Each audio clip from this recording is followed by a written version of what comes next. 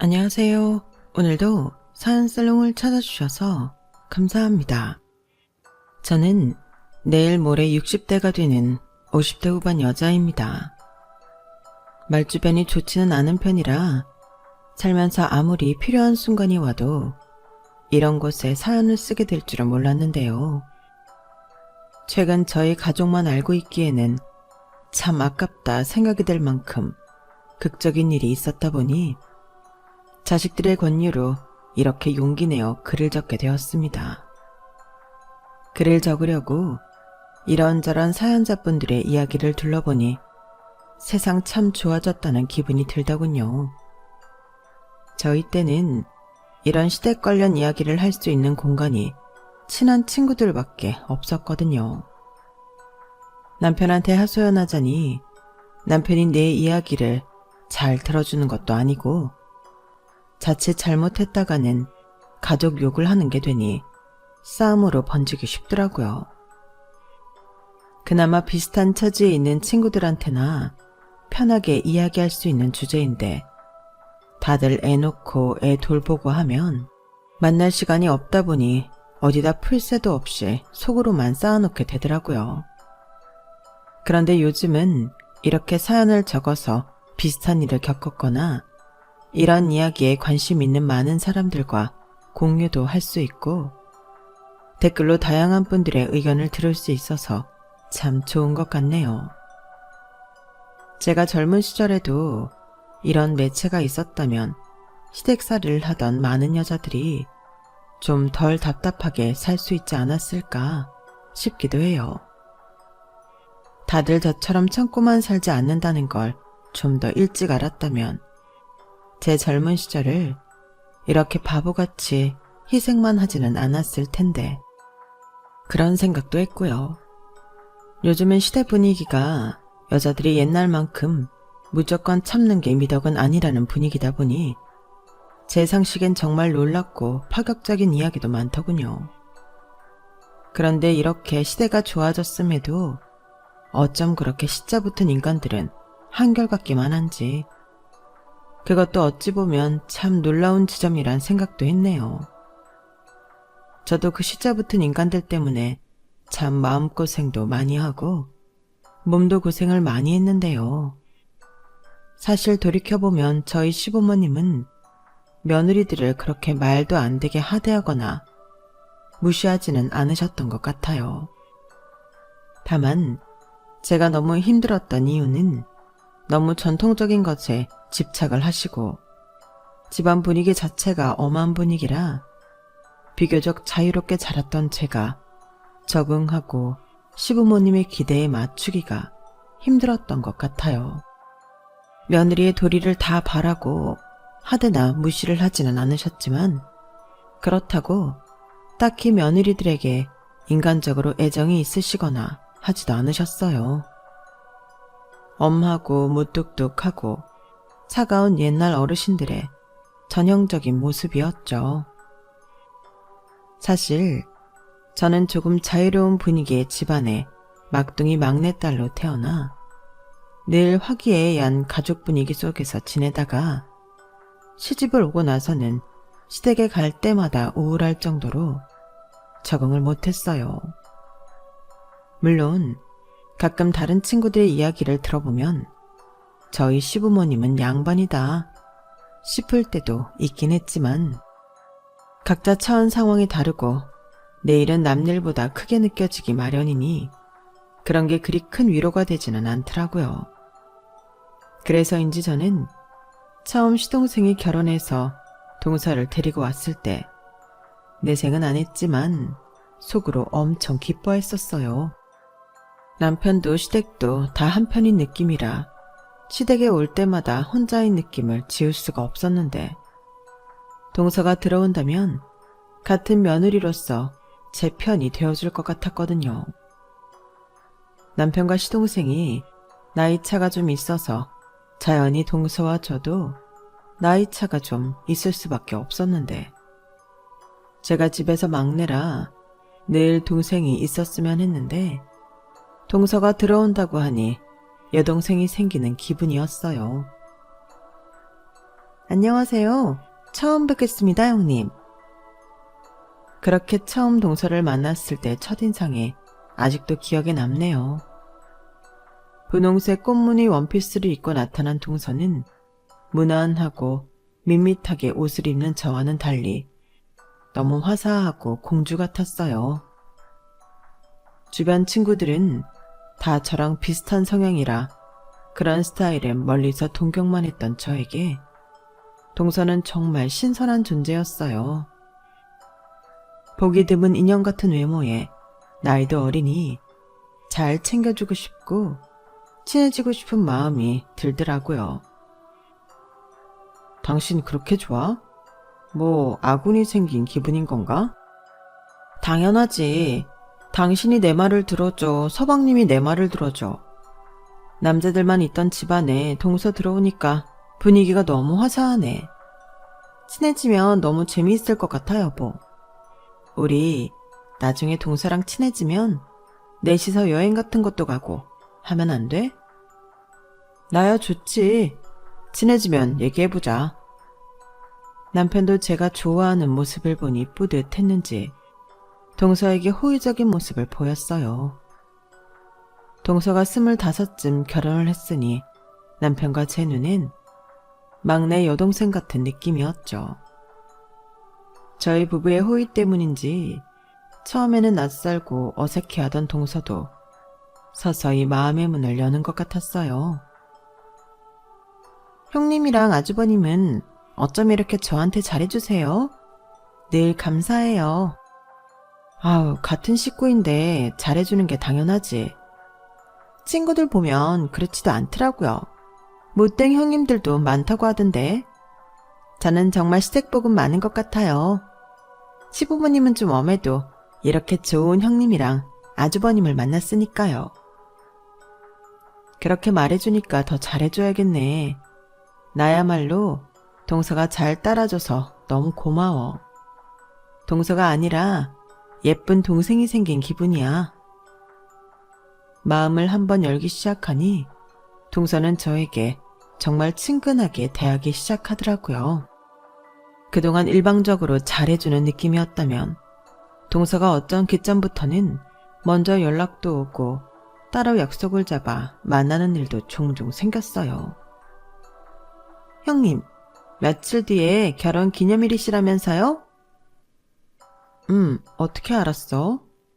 남편이랑 얘기하다가 이맘때쯤 결혼하셨다고 들었거든요. 아주버님이랑 뭐 하세요? 비싼 레스토랑 예약해놨다고 하길래 거기 가서 저녁 식사 정도 할 것 같은데? 와, 정말요? 너무 부럽다. 그럼 그날은 좀 예쁘게 꾸미셔야겠네요? 어허? 아니야. 낯간지럽게 뭘. 결혼 기념일이라고 꾸미고 그러는 건 신혼 때나 하는 거지. 나는 결혼한 지도 꽤 됐고 원래도 딱히 꾸미는 스타일은 아니라서. 동서도 알잖아. 형님, 신혼이 아닐 때일수록 더 특별한 날에 한 번씩 꾸며주셔야 하는 거예요. 그래야 아주버님도 설레시죠. 우리 사이에 설렘은 무슨. 연애도 오래 해서 설렘은 없어진 지 오래야.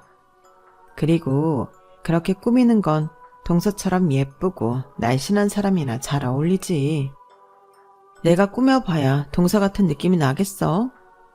세상에, 아니에요 형님. 아무리 부부 사이라도 어느 정도 외모 관리는 해야 서로 안 찔리고 금슬도 오래 간다고요. 뭐 부부 사이에 아예 영향이 없진 않겠지만 그것도 뭐 꾸며본 사람이 꾸밀 줄 알지. 나는 평생 무난한 것만 입고 화장도 많이 안 하고 살았어서 꿈이라고 해도 막상 어떻게 꾸며야 할지 몰라. 괜히 뭣도 모르고 촌스럽고 안 어울리게 멋부리는 것보단 평소처럼 평범하게 다니는 게 낫지. 제가 도와드릴까요? 저 정말 누구 꾸며주는데 소질 있는데. 아유, 됐어. 그렇게까지 안 해도 돼, 동서. 갑자기 꾸미고 나타나면 나 죽는 줄 알고 남편 기절하겠다. 그러니까요. 아주버님 기절 한번 시켜드려야죠. 이왕 이렇게 된 거 저랑 쇼핑도 하고 데이트도 해요. 저 쇼핑 진짜 좋아하거든요. 그럼 그럴까? 알겠어. 동서는 언제 시간 되는데?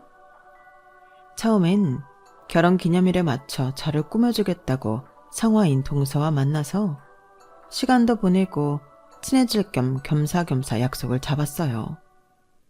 그런데 동서는 정말 작정한 사람처럼 저에게 옷도 골라주고 화장품도 골라주더라고요.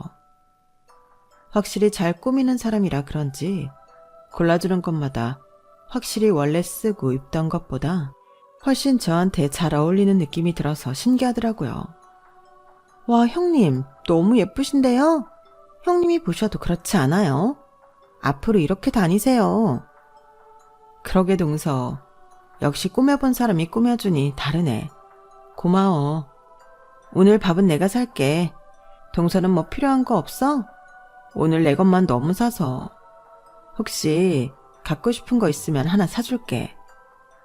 정말요? 역시 형님이에요. 그날 고마운 동서 마음에 드는 눈여겨봤던 원피스 한 벌을 선물하고 밥도 든든하게 먹여서 보냈어요. 여보, 오늘 뭐야? 평소랑 많이 스타일이 다르네. 특별한 날이니까 좀 꾸며봤지. 와, 진짜 예쁘다. 이런 스타일도 잘 어울릴 줄 몰랐어. 너무 예뻐. 비행기 그만 태워, 부끄럽게. 그래도 당신한테 예쁘단 말 들으니 좋네. 결혼기념일엔 남편의 반응이 좋아서 기분이 너무 좋더라고요. 가만히 있어도 예쁜 동서가 그날 이후 너무 고맙고 이쁘더라고요. 그때 이후부터였던 것 같아요. 동서랑 따로 시간을 내서 만나기 시작했던 시기가요. 형님, 솔직히 제사 너무 힘들지 않아요? 저 정말 안 하고 싶어요. 힘들지. 요즘은 제사상도 많이 간소화됐는데 어머님은 꼭 전통 방식을 고집하시니까. 진짜 남들이 보면 무슨 제사상이 아니라 잔치상인 줄 알겠다니까요. 저는 요리도 잘 못하는데 지난번에 형님이랑 어머님 하시는 거 보고 진짜 깜짝 놀랐잖아요. 제사를 그렇게 성대하게 지내는 줄 알았으면 이 집에 시집 안 왔을 텐데. 남편은 결혼 전까지 그런 얘기는 완전 입 싹 닫고 얘기 안 해준 거 있죠?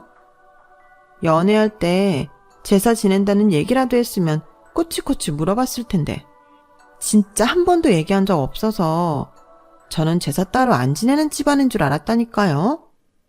이거 완전 사기 결혼 아니에요? 아, 몰랐으면 더 그럴만하네.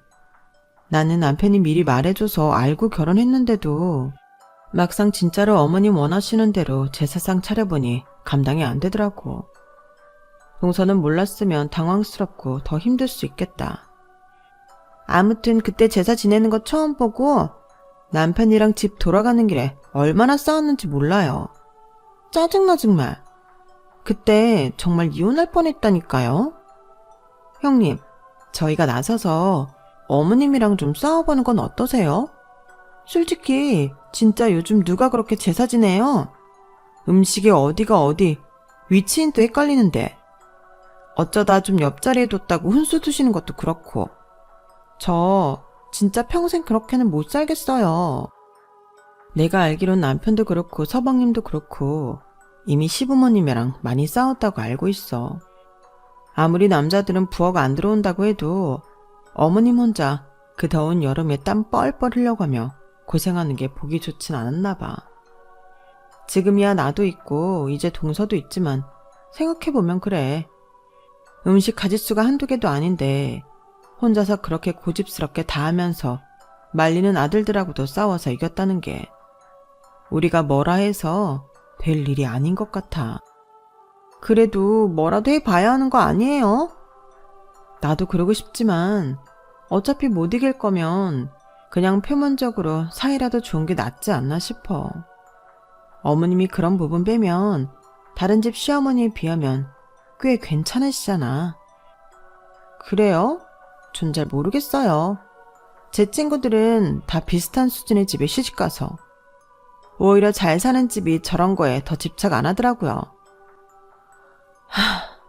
이대로 사는 게 맞는 건지 모르겠어요. 형님이 싸우기 싫으시면 제가 싸워볼게요. 제가 싸워서 이기면 형님도 덕 보는 거 아니에요?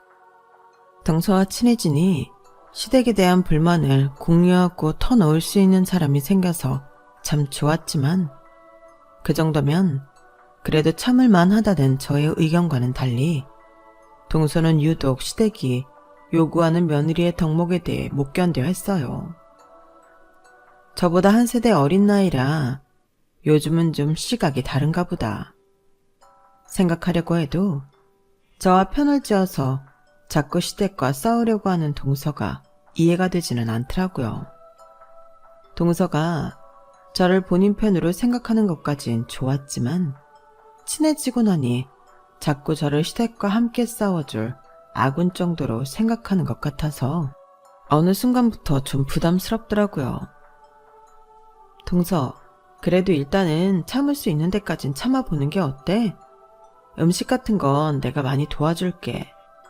동서는 어머님 눈 피해서 중간중간 좀 쉬어. 정말요? 그렇게 해도 돼요? 그럼. 동서도 정을할 시간이 좀 필요한 것 같아서. 나도 처음엔 정말 너무 당황스럽고 힘들었거든. 그 심정 모르는 거 아니니까 일단 싸움은 피할 수 있으면 피해보자. 겉으로라도 사이 좋게 지내는 게 낫잖아. 싸워서 사이 서먹해지면 괜히 남편들이랑도 껄끄러워지고 거기까진 가지 말자. 좋아요. 그럼 저도 형님 봐서 참아볼게요. 동서는 어린 시절 집안이 부유했어서 귀하게 자란 딸이라 그런지 몰라도 유독 본인한테 일을 시키는 걸 못 견뎠어요. 직접 말은 안 했지만 친정보다 못 사는 시집에서 왜 자기가 이런 대접을 받아야 하는지 자체를 이해를 못하고 열받아 하는 것 같았죠. 딱히 곱게 크지도 않은 저도 힘들었으니 곱게 자랐으면 더 그럴 수 있겠다 싶었어요. 그래서 최대한 집안 싸움 나지 않게 잘 중재를 해봐야겠다 싶었죠. 그렇게 약속을 하고 나서 얼마 안 있다가 금방 명절이 왔어요. 어머님, 아버님, 저희 왔어요. 그래, 어서들 와라. 먼 길 오느라 수고했다. 형님 오셨어요? 동서 잘 지냈지? 형님, 잠깐만 이쪽으로 와보세요. 왜? 동서가 저를 보자마자 다급하게 주방 쪽으로 끌고 들어가더라고요. 무슨 일인가 어리둥절했는데 난리가 난 부엌을 보고 나서야 이해가 됐어요. 아니, 어머님이 오자마자 저한테 요리를 시키시잖아요. 나물 같은 거 먼저 미리 해놓으라고. 진짜 일찍 온 게 죄도 아니고 너무 화나는데 형님 생각해서 겨우 참았다니까요. 잘했어. 잠깐만 기다려봐. 내가 금방 도와줄게. 아니 근데 동서, 그런 옷 입고 이래도 괜찮아? 동서가 만나자마자 저를 끌고 가서 못 봤는데 그제야 동서의 옷차림이 눈에 들어왔어요. 평소에도 옷을 좀 공주처럼 화려하게 입는 스타일이라고 생각은 했는데 그날따라 몸에 살짝 달라붙는 짧은 치마에 치렁치렁한 레이스 블라우스를 입고 왔더라고요. 누가 봐도 명절에 시댁 온 사람 같지는 않은 느낌이었달까요? 이번 명절부터 형님이 많이 도와주신다고 하셨잖아요. 그래서 옷은 입고 싶은 대로 입었어요. 혹시라도 어머님이 일 시키실까봐 예쁜 옷은 하나도 못 입고 다녔거든요. 아, 그랬구나. 예쁘네. 동서의 옷차림을 보니 왜 어머님께서 오자마자 일부터 시켰는지 알 것도 같았어요. 누가 봐도 전 오늘 일 안 해요 하는 놀러온 차림이라 어머님 입장에서는 이것 봐라 하셨을 수 있을 것 같더라고요. 표면적으로는 안 싸웠어도 동서가 은근하게 공격을 한 거나 다름없었어요. 하지만 그런 얘기라면 동서가 또 시댁에 불만을 가지고 폭발할까봐 차마 얘기도 못 꺼내겠더라고요. 옷차림에 대해서도 이야기를 해주고 싶긴 했는데 이미 잊고 온 날 이야기하는 것보단 다음에 만나기 전에 얘기해주는 게 낫겠다 싶었어요. 그날 동서는 기껏 예쁘게 차려입고 왔는데도 오자마자 일 시키는 시댁에 너무 불만이 많았기 때문에 어떻게든 오늘만 잘 넘기자는 생각이 됐어요. 예, 너는 왜 이렇게 손이 느릿느릿? 그래서 언제 제 사진을 내? 엎친 데 덮친 격으로 어머님께서는 동서가 못마땅했는지 자꾸만 부엌을 왔다 갔다 하면서 동서에게 한마디씩 하셨어요. 비교적 옷을 덜 더럽힐 수 있는 간단한 일들만 시켰는데도 일을 안 해본 사람이라 손이 느리긴 하더라고요. 어머님, 제가 차분하게 가르치고 있으니 걱정 마세요. 일을 처음부터 어떻게 잘하기만 하겠어요. 저한테 맡기시고 어머님은 아버님이랑 좀 쉬고 계세요. 후딱 다과상을 차려 내놓으니 그제서야 어머님은 자리 잡고 앉아 가족들과 담소를 나누셨어요. 형님, 정말 감사해요. 형님은 어쩜 이렇게 요리도 잘하시고 집안일로 야무지게 하세요? 제가 정말 한 수 배워야겠어요. 안 해보면 다 그래. 나도 처음엔 동서보다도 서툴렀어. 동서도 하나씩 배우다 보면 금방 늘 거야. 그때까진 내가 도와줄게. 정말요?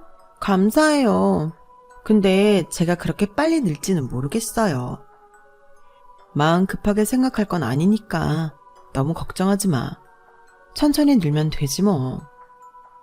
그땐 그렇게 아무렇지 않게 생각했지만 시어머니의 감시를 피해 일 안 하는 동서의 일을 도와주는 건 생각보다 피곤하고 힘든 일이었어요.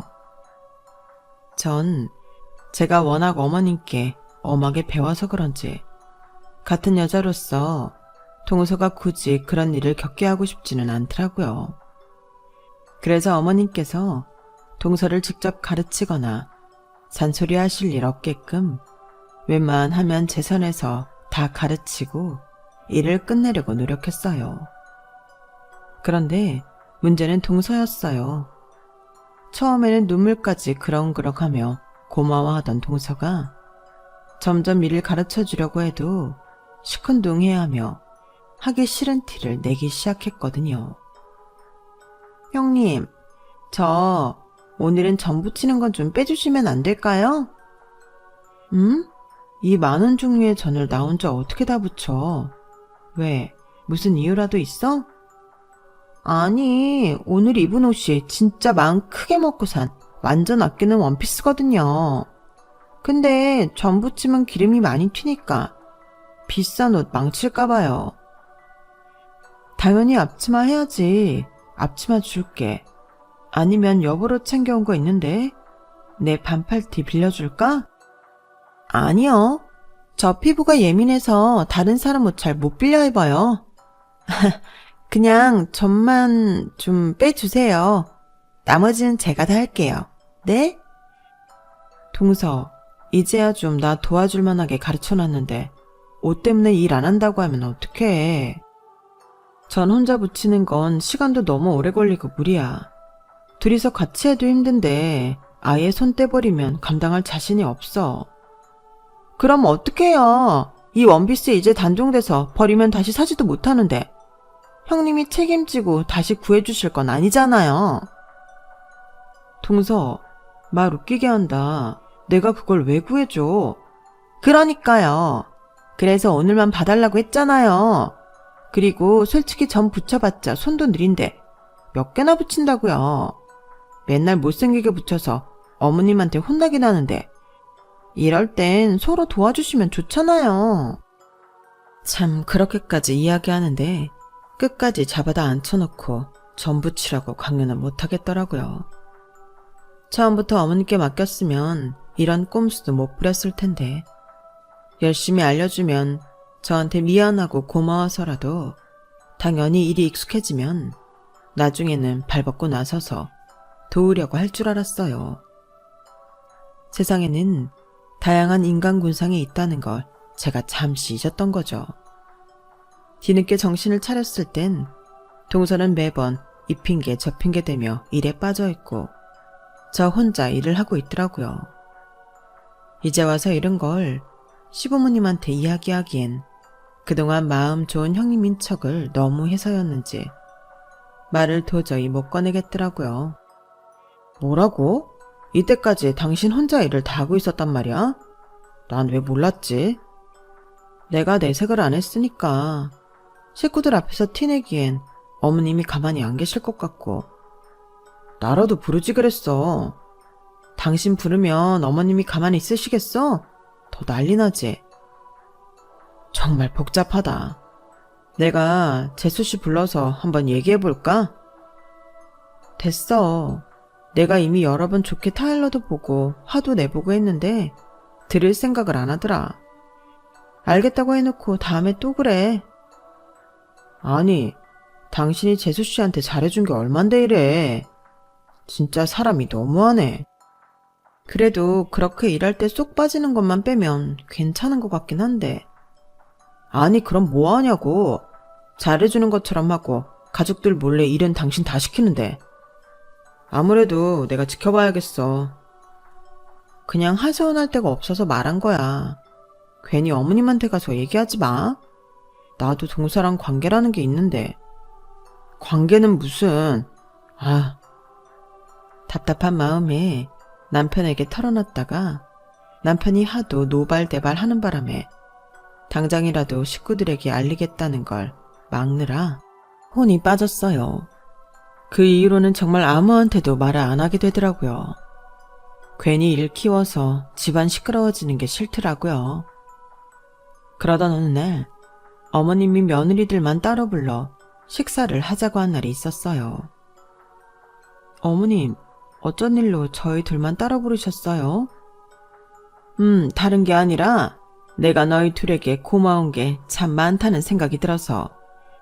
우리 며느리들 늘 고생이 많은데 맛있는 밥 한 끼에 따로 사준 적 없는 것 같아서 불렀다. 어머, 저희가 뭘요? 특별히 잘해드린 것도 없는데. 무슨 소리냐? 너희 정도면 정말로 참한 며느리들이 들어온 거지. 내가 참 다른 건 몰라도 어디 가면 덕분에 며느리 복은 많다는 소리를 듣는단다. 요새는 세상이 어떻게 돌아가는 건지 제사를 아예 안 지내는 집안이 더 많아지고 있다던데 나는 정말 그건 싫어서 말이지. 고생은 좀 하더라도 1년에 몇 번밖에 안 되는 거 돌아가신 분들 생각도 하고 가족들끼리 맛있는 밥도 지어 먹고 하는 게 젊었을 때 몰랐는데 나이가 드니 그게 인생의 낙이 되더구나. 너네는 아직 이해가 안 되겠지만 말이다. 아니에요. 무슨 말씀인지 알겠어요, 어머님. 아무튼 다른 집은 이러고 싶어도 며느리들 반발이 심하고 뭐만 했다 하면 며느리 아들내미들이랑 싸움이 돼서 피곤하다는데 니네는 한 번도 그래 본 적이 없지 않니? 특히나 큰며느리한테 고맙구나. 네가 이렇게 착실하게 며느리 도리를 해주니 둘째도 이렇게 따르잖니. 둘째는 첫째 하기 나름이니까. 아닙니다. 동서도 워낙 잘 따라줘서요. 그래도 알아주셔서 감사해요, 어머님. 저를 칭찬해 주시는 말에 기분은 좋았지만 마냥 혼자 칭찬받기 뭐해서 동서도 칭찬하려는데 차마 입이 안 떨어지더라고요. 겨우겨우 동서를 칭찬했는데 돌아본 동서의 표정이 잠깐 굳어 있었어요. 그러더니 저랑 눈이 마주치자마자 갑자기 생글생글 웃으며 어머님 팔짱을 끼더라고요. 어머님, 그러시면 저 서운해요. 저는 형님도 좋지만 형님만 보고 잘 따르는 건 아닌데 제가 워낙 순하고 둥글둥글하니까 형님이랑 잘 지내는 것도 있죠. 둘째라고 더 첫째 잘 따르나요? 그래, 너도 잘해주고 있으니 둘 사이도 문제없이 잘 지내는 거지. 그러니 둘 다 불렀잖니. 고마워서. 솔직히 우리 집안이 뭐 그리 대단한 집안도 아니고 재산이 썩 많은 것도 아닌데 별 다른 조건 없이 잘해주고 있는 거잖니. 그래서 말인데 내가 유언장을 작성하려고 하고 있다. 유언장이요? 내 나이도 벌써 내일 모레 80인데 이제 슬슬 준비를 해야 하지 않겠니? 아직 아들들도 모르고는 있지만 내가 강남에 30평대 아파트를 사놨거든. 그럴듯하게 줄 거라곤 이거밖에 없어서 자식들에게 물려줘야겠다 싶었는데 아파트다 보니 두 집 중 하나에 몰아서 줘야 할 것 같아서 말이다. 팔아서 반반 나눠주자니 그 아파트가 곧 재개발 들어가면 집값이 뛸 아파트라 그러기가 아까워서. 너희 둘 다 며느리 뚜리를 정말 잘해준 건 알지만 어쩔 수 없이 한 명에게 몰아서 주고 집값이 오르면 나중에 너희끼리 상의해서 분할을 하는 게 나을 것 같구나. 어머나 세상에, 저 그 아파트 알아요 어머님. 저 어릴 때 살던 동네잖아요. 안 그래도 저 이사 가려고 했는데 마땅한 곳이 없어서 고민했는데 저희 주시면 안 돼요 어머님? 아니나 다를까 동서가 먼저 선수를 쳤어요. 어머님 말씀이 이해가 안 가는 건 아니었지만 당장 분할하지 않고 한 집에만 물려주면 집값이 올랐을 땐 더더욱 욕심이 생겨서 분할하지 않을 가능성이 높아 보였어요. 특히나 동서는 어릴 때 잘 살았던 자신의 집안 형편을 무척이나 그리워했기 때문에 예전에 살던 동네라면 사족을 못 쓰는 경향이 있었어요. 그래서 이제 그 어느 때보다 눈을 반짝이며 마음을 표현하더라고요. 그러고 싶지만 그걸 이렇게 갑자기 정할 수는 없는 노릇이잖니. 어느 쪽에 줄지는 안 그래도 상의하고 있단다. 우리도 사람인데 아무래도 우리한테 잘하는 집에 주고 싶은 건 사실이야. 너희가 하는 거 봐서 줘야 하지 않겠니? 대신 못 받는다고 해도 서운하게 생각하지 말고 나중에 니네끼리 상의해서 나누면 되는 부분이니까. 네. 전 이건 들을 때부터 말이 안 된다는 생각이 들었어요. 솔직히 그 아파트를 받게 된다면 형편이 나아지는 건 시간 문제였지만 나중에 집값이 올랐을 때 팔고 나누는 문제도 골치 아플 것 같고 무엇보다도 이걸 받기 위해 동서와 치러야 할 보이지 않는 싸움이 너무 하기 싫었거든요. 그래서 그냥 그 부분은 하늘에 맡겨야겠다고 생각했어요. 저는 누가 뭐래도 시댁에 늘 최선을 다했고 그걸 몰라주신다면 어쩔 수 없는 부분이라고 생각을 했거든요. 어머님이 그런 말씀을 하고 난 뒤로 동서는 어딘가 조금 변한 듯한 모습을 보였어요. 늘 제 뒤에 숨어서 일을 하는 척만 하던 사람이 이제는 조금 보여줘야겠다 싶었는지 어머님 앞에서 열심히 일하는 척을 엄청 하더라고요. 여보, 재수씨 말이야. 뭔가 예전이랑 좀 달라진 것 같지 않아? 이제는 일 좀 맡아서 하려는 것 같은데 이제 당신한테 미안한 마음이 좀 들었나? 미안한 마음이 들었겠어? 어머님이 잘하는 집안에 재산 물려준다고 하시니까 그거 욕심나서 저러는 거지. 아, 하긴 그렇겠네. 난 또 어떻게 갑자기 사람이 저렇게 변했나 싶었는데 확실히 그때 이후부터이긴 하네. 역시 사람 쉽게 변하는 거 아니야. 뭐 그래도 좋게 생각하자면 어머님이 그렇게 말씀하신 뒤로 내가 좀 편해지긴 했어. 맨날 뺀질거리다가 내가 화날 것 같으면 되도 않는 애교로 무마하더니 이제는 일하는 티를 내야 되니까. 예전보단 하는 일이 확실히 많이 늘긴 했거든. 덕분에 좀 덜 힘들긴 하네. 그렇게 지낸 지 2년쯤 되었을까요? 갑작스럽게 어머님께서 암에 걸리셨다는 소식이 들렸어요. 최근 계속 소화도 잘 안 된다고 하시고 살이 빠지시길래 걱정이 되어 나를 잡아 검진을 시켜드렸는데 위암 말기라고 하시더군요. 당연히 집안은 뒤집어졌죠.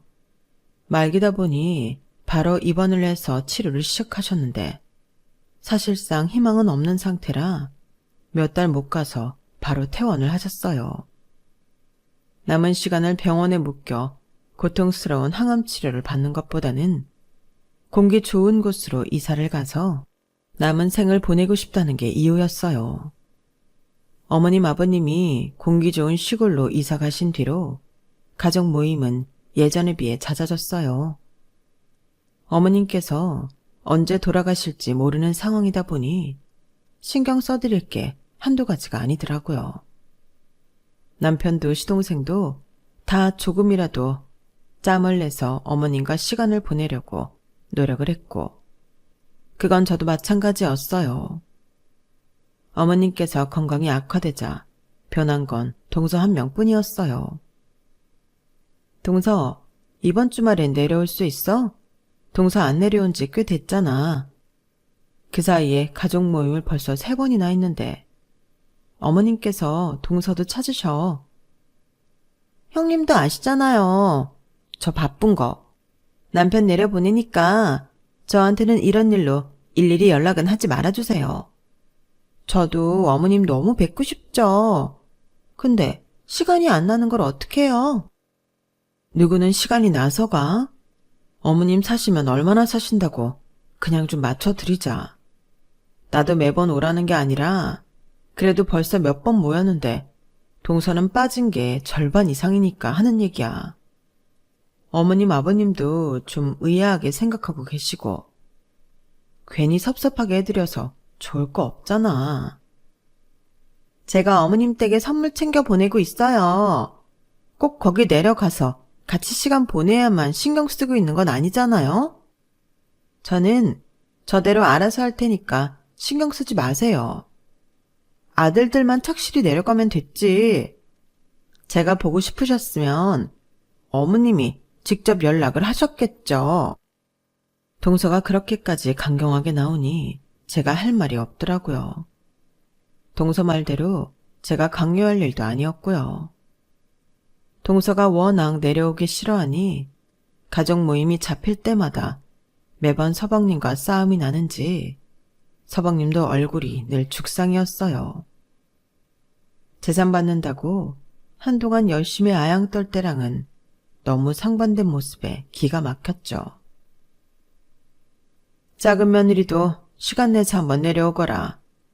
내가 언제 죽을지 모르니 재산을 어떻게 나눠줄지 이야기를 하려고 하니까. 네, 어머님.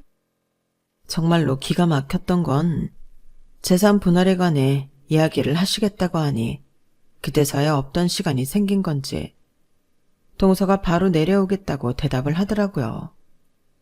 동서는 내심 그동안 가족 모임에 참여 못한 게 불안했는지 그날 차 안에 선물을 바리바리 싸들고 왔더라고요. 온갖 암 환자에 좋다는 음식과 약재를 지어왔는데 이제 와서 이런 게 다 무슨 소용인가 싶더라고요. 물론 어머님 생각은 다르실 수 있었겠지만요. 어머님, 제가 그동안 너무 못 찾아뵈서 죄송해요. 이제부터 시간이 좀 될 것 같거든요. 앞으로는 자주 올게요.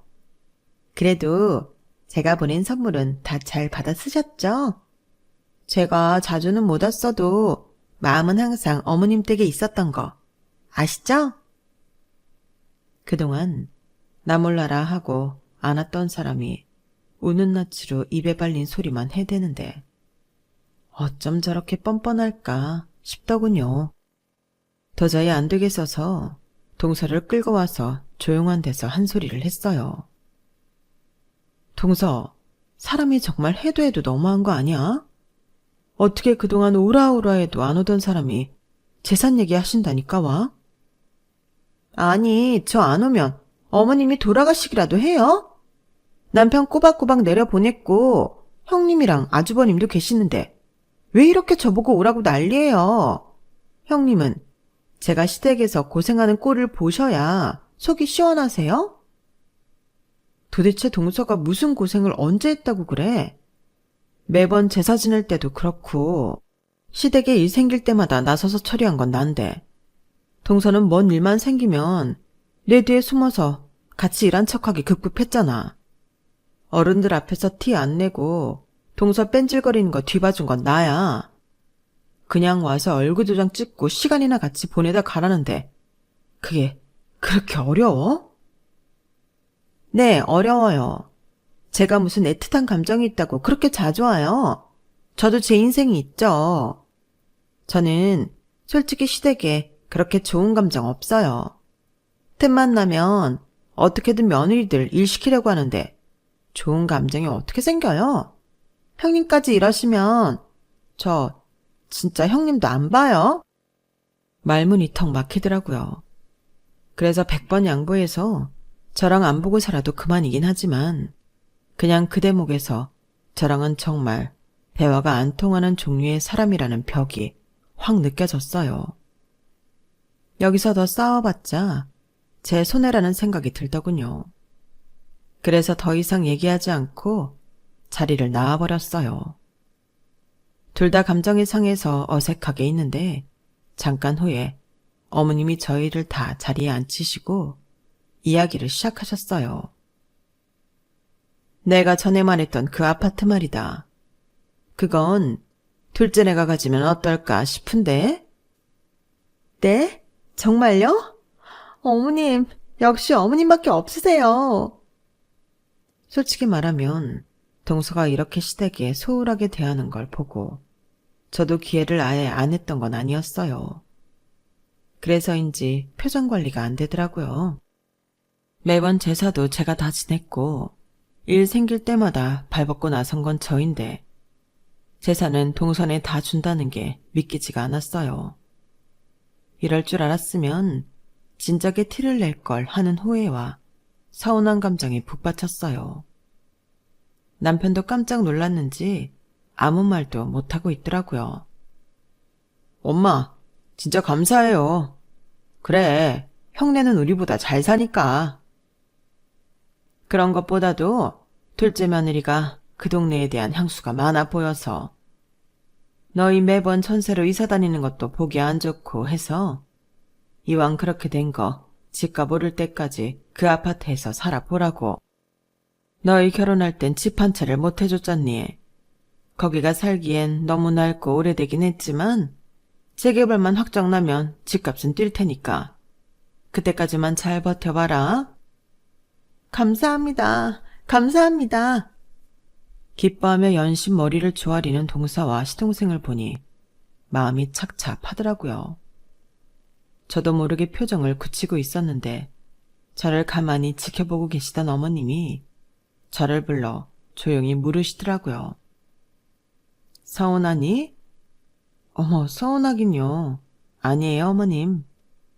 내가 다 뜻이 있어서 그런 거니 너무 서운해하지만은 말아라. 어머님은 알 수 없는 말씀만 남기셨어요. 그날은 평소보다 집에 빨리 돌아왔어요. 남편도 저도 정말 너무 속상했죠. 아니, 엄마는 어떻게 당신이랑 나한테 이렇게 하셔? 상준이 그놈이 아무리 그 집 달라고 그렇게 떼를 썼다지만 그걸 떼쓴다고 진짜 줘? 그게 무슨 소리야? 서방님이 그 집을 달라고 떼를 썼어? 그놈 그래서 매번 내려온 거잖아. 당신이 자리 비울 때마다 그 집 달라고 엄마 얼마나 괴롭혔는지 알아? 오죽하면 아빠가 호통도 쳤어. 넌 재산 뺏으려고 매주 내려오냐고. 당신 동생이라 이런 말 정말 미안한데 동서나 서방님이나 정말 끼리끼리다. 솔직히 나도 그렇게 생각해. 근데 어떻게 순수하게 잘해드린 우리를 놔두고 걔네한테 재산을 줘? 참, 우리 엄마도 엄마다. 에휴. 그렇게 어머님을 원망한 지 몇 달이 지나지 않아 어머님은 돌아가셨어요. 어머님의 유언장에 적힌 대로 이 집안의 유일한 재산이나 다름없던 아파트는 동선의 재산으로 넘어갔죠. 동선은 그 아파트에 이사 간다고 아주 싱글벙글 난리더군요. 형님, 저 다음 달에 이사 가요. 이사 가면 놀러 오세요. 아, 배 아파서 못 놀러 오시려나? 그렇게 시댁에 충성을 다 바쳤는데 죽 써서 개중꼴 됐으니까요. 대놓고 저를 비웃는 소리에 머리채라도 잡고 싶었지만 그냥 꾹 참고 무시했어요. 제가 처음 봤던 귀엽고 공주 같던 동서는 온데간데 없고 아주 얄밉고 못된 여자만 남아있더라고요. 그때까지만 해도 저는 참 제 인생에 복도 없고 뭣도 없다고 생각했네요. 착하게 착실하게 살았다고 생각했는데 저렇게 얍삽하게 산 사람이 더 잘 산다고 생각하니 옛날처럼 살고 싶지 않다는 생각밖에 안 들었어요. 그런데 하늘이 다 지켜보고 있다는 말이 맞는 모양이었어요.